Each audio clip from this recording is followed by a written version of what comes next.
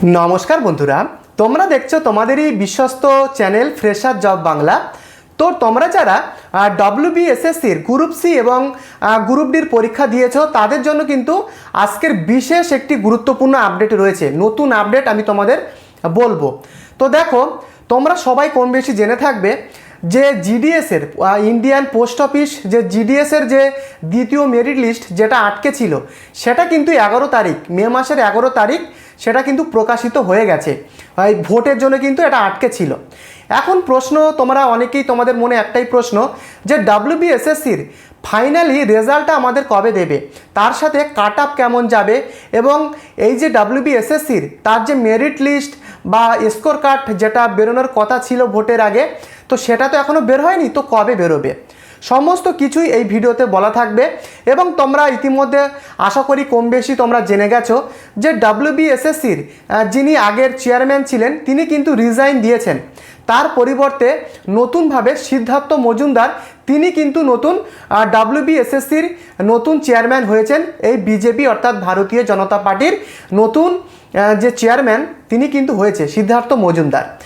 তো এখন তোমাদের মনে শুধু একটাই প্রশ্ন যে নতুন চেয়ারম্যান তো বদলে গেল, তাহলে আমাদের এই যে ডব্লিউবিএসএসসির যে রেজাল্ট সেটা কি আমাদের এই প্যানেলটা কি বন্ধ করে দেবে, না যদি বের করে সেটা কবে বেরোবে, সমস্ত কিছুই আলোচনা করা থাকবে এই ভিডিওতে। তাই প্রত্যেককে বলবো তোমরা যারা চ্যানেলে নতুন প্রত্যেকে এই চ্যানেলটিকে অবশ্যই একটি সাবস্ক্রাইব করে দিও, আর প্রত্যেকে ভিডিওটিকে একটা করে লাইক করে দিও। তো আমি প্রথমে আসি যে নতুন চেয়ারম্যান সিদ্ধার্থ মজুমদার তিনি তো নতুনভাবে ডব্লিউবিএসএসসির পদে নতুন ঢুকলো, তাহলে রেজাল্ট কি তোমাদের দেরিতে আসবে? কারণ অনেক ইউটিউব চ্যানেলে কিন্তু তারা প্রচার করছে যে প্যানেল ক্যান্সেল হতে পারে, নতুবা অনেক ডিলে হতে পারে। তোমরা এর আগে কম বেশি সবাই জেনে থাকবে আগের যে চেয়ারম্যান ছিলেন তিনি কিন্তু একটা আর্টিকেলে পরিষ্কার বলেছিলেন যে জুলাই মাসের আগে রেজাল্ট কোনোভাবে দেওয়া সম্ভব নয়। তো সেটা তোমরা সবাই জানো। তো এবারে যে নতুন চেয়ারম্যান তিনি যে আসলেন, তাহলে রেজাল্ট কত দেরি হবে? দেখো, আমার যেটা মনে হয় রেজাল্ট কিন্তু বেশি দিন আর ডিলে হবে না, যেহেতু পোস্ট অফিসের যে মেরিট লিস্ট সেটাও কিন্তু বেরিয়ে গেছে, ভোটের জন্য আটকে ছিল, তো ভোট কিন্তু হয়ে গেছে। তাহলে রেজাল্ট কিন্তু তোমাদের খুব তাড়াতাড়ি কিন্তু দিয়ে দেবে, বুঝতে পেরেছো?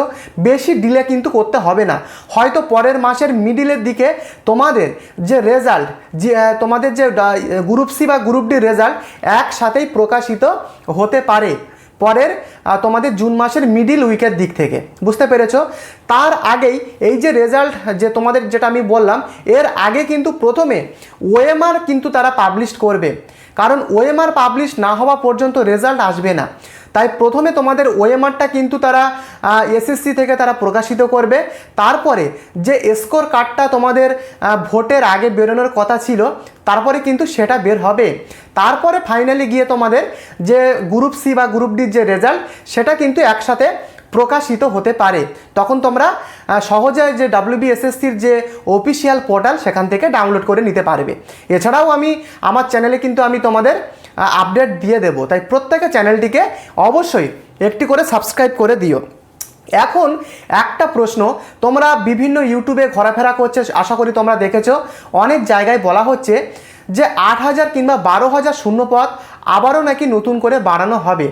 দেখো, অফিসিয়ালি নোটিফিকেশান না আসা পর্যন্ত কোনো রকমভাবে সিওরিটিভাবে কিন্তু বলা পসিবল নয়, কারণ 8,000 বাড়াতেও পারে আবার 12,000 বাড়াতেও পারে, সেটা কিন্তু পুরোপুরি যে ভারতীয় জনতা পার্টি যারা নতুন সরকার তাদের উপরে কিন্তু নির্ভর করবে। এবং যিনি ডব্লিউবিএসএসসির যে নতুন চেয়ারম্যান সিদ্ধার্থ মজুমদার, তারা যদি মনে করে, অর্থাৎ গভর্নমেন্ট যদি মনে করে, তাহলে কিন্তু প্রকাশিত হতে পারে। তবে আমার মতে মনে হয় এই যে 8,000 বা 12,000 ভ্যাকান্সি বাড়ানোর কথা উঠছে বিভিন্ন সোশ্যাল মিডিয়াতে, আমার মতে মনে হয় এই যে ভ্যাকান্সিটা সেটা কিন্তু বাড়ানোর সম্ভাবনা অনেক কম। কারণ দেখো, ভারতীয় জনতা পার্টি তারা তো নতুন সরকার গঠন করেছে, তাদের পক্ষে না বাড়ানোর সম্ভাবনাটাই কিন্তু বেশি, কারণ এতে তাদের কোনো যে লাভ সেটা কিন্তু নেই। কারণ এই যে রিক্রুটমেন্ট সেটা আগের তৃণমূল কংগ্রেস তারাই কিন্তু এনেছে। অতএব এই যে ভারতীয় জনতা পার্টি তারা কিন্তু এই ভ্যাকান্সিটা বাড়াবে না, কিংবা বাড়ালেও কিন্তু সম্ভাবনা অনেক কম আমার যেটা মনে হয়, কারণ এতে তাদের কোনো লাভ নেই। তারা যদি নতুনভাবে রিক্রুটমেন্ট আনতো তাহলে এটা বলা যেত যে তারা ভ্যাকান্সিটা বাড়াতে পারে। তো এটা পরবর্তী অফিসিয়াল নোটিফিকেশান না আসা পর্যন্ত এখন থেকেই ক্লিয়ারভাবে বলা সেটা কিন্তু পসিবল নয়। বুঝতে পেরেছো? তো এই ভ্যাকান্সিটা কতদূর কী হবে আমরা কেউই জানি না, ওয়েট করা ছাড়া কোনো উপায় কিন্তু নেই। তো যেটা আমি তোমাদের বলছিলাম, প্রথমে কিন্তু তোমাদের ওএমআর সিটটা বেরোবে, তারপরে আসবে স্কোর কার্ড, তারপরেই তোমাদের ফাইনালি যে রেজাল্ট সেটা কিন্তু তোমরা পেয়ে যাবে। তবে এই মাসে বেরোনোর সম্ভাবনা কম, কারণ তোমাদেরকে আমি প্রত্যেকটা ভিডিওতেই বলেছি, দেখো এখন নতুন সরকার গঠন হয়েছে, বিভিন্ন ডিপার্টমেন্টের মন্ত্রীরা তারা কিন্তু নতুনভাবে তাদের যে কাজবাজগুলো তারা কিন্তু এখন বুঝে নিচ্ছে। অতএব এই মাসে বেরোনোর সম্ভাবনা এক প্রকার নেই বলতে গেলেই চলে। তো তোমাদের জুন মাসের দিকে একটা কিন্তু সম্ভাবনা রয়েছে, নতুবা জুন মাসে যদি না বের হয় তাহলে জুলাইয়ের দিকে কিন্তু পসিবিলিটি খুবই হাই রয়েছে। জুলাই মাসের আগে আশা করা যায় তোমাদের রেজাল্ট কিন্তু বেরিয়ে যাবে। আশা করি তোমরা এই ব্যাপারটা নিয়ে ক্লিয়ার হতে পেরেছো। আবার অনেক জায়গায় প্রচার করা হচ্ছে যে প্যানেল ক্যান্সেল হবে। আমি প্রত্যেকটা ভিডিওতেই বলছি, তোমরা এই নিয়ে অনেকে আপসেট রয়েছো, আমাকে তোমরা বারবার মেসেজ করেছো। দেখো, কোনো প্যানেল ক্যান্সেল কিন্তু হঠাৎ করে করা সম্ভব নয়, কারণ এখানে একটা যে ফেস ভ্যালু, অর্থাৎ যে বিজেপি সরকার তারা যে নতুন সরকার গঠন করেছে তাদের কিন্তু একটা ফেস ভ্যালুটাকে বজায় রাখতে হবে পশ্চিমবঙ্গের বাসিন্দাদের কাছে। অতএব তারা কিন্তু এটা করবে না যে প্যানেলটাই পুরো বাতিল করে দেবে। সবই হবে, কিন্তু তোমাদের ওয়েট করতে হবে।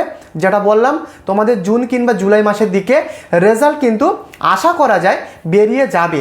জুলাই মাসের দিকে কিন্তু তোমরা 90% ধরে রাখতে পারো তোমাদের রেজাল্ট, সেটা কিন্তু পাবলিকালি বেরিয়ে যাবে। তো এবারে প্রশ্ন দেখো, তোমরা যারা গ্রুপ সি বা গ্রুপ ডির পরীক্ষা দিয়েছিলে, প্রথমে আমি আসি গ্রুপ ডি।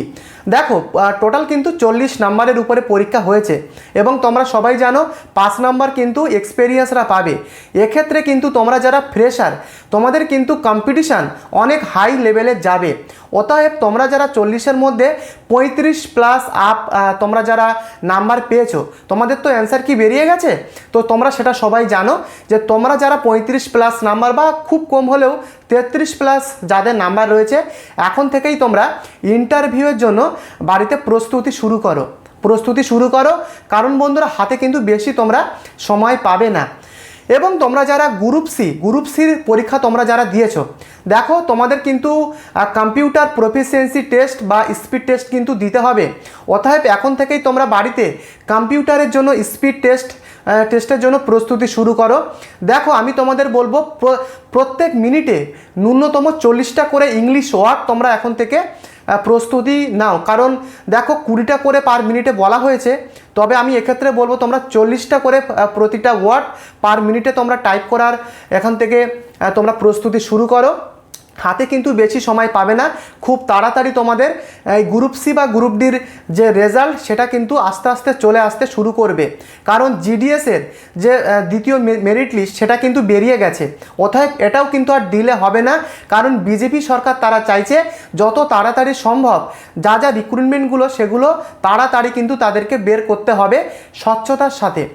এবং তোমরা কম বেশি সবাই জেনে থাকবে যে দিলীপ ঘোষ, যিনি পঞ্চায়েতের যিনি মন্ত্রী নতুনভাবে হয়েছেন, তিনি কিন্তু আবার বলেছেন যে 6500+ পদে যে গ্রাম পঞ্চায়েতের যে রিক্রুটমেন্ট, যেটা অনেক দিন 3 থেকে 4 বছর যেটা আটকে রয়েছে, সেটা কিন্তু তিনি কিন্তু খুব তাড়াতাড়ি এই রিক্রুটমেন্টটা অফিসিয়ালিভাবে প্রকাশ করবেন, এটাও কিন্তু তিনি বলেছেন। তো বন্ধুরা, এই ছিল কিন্তু আজকের এই আপডেট। যদি তোমাদের ভিডিওটি ভালো লাগে প্রত্যেকে লাইক করে দিও, প্রত্যেকে চ্যানেলটিকে সাবস্ক্রাইব করে দিও, কারণ এই জিডিএস বলো বা WBSSCর নতুন যখনই আপডেট আসবে আমি কিন্তু এই চ্যানেলে আনবো। আমার টেলিগ্রামের চ্যানেলের লিঙ্কটাও ডেসক্রিপশনে দেওয়া রয়েছে, চাইলে টেলিগ্রামটাকেও ফলো করতে পারো, আর প্রত্যেকে চ্যানেলটিকে সাবস্ক্রাইব করে দিও। দেখা হচ্ছে পরবর্তী ভিডিওতে। ধন্যবাদ।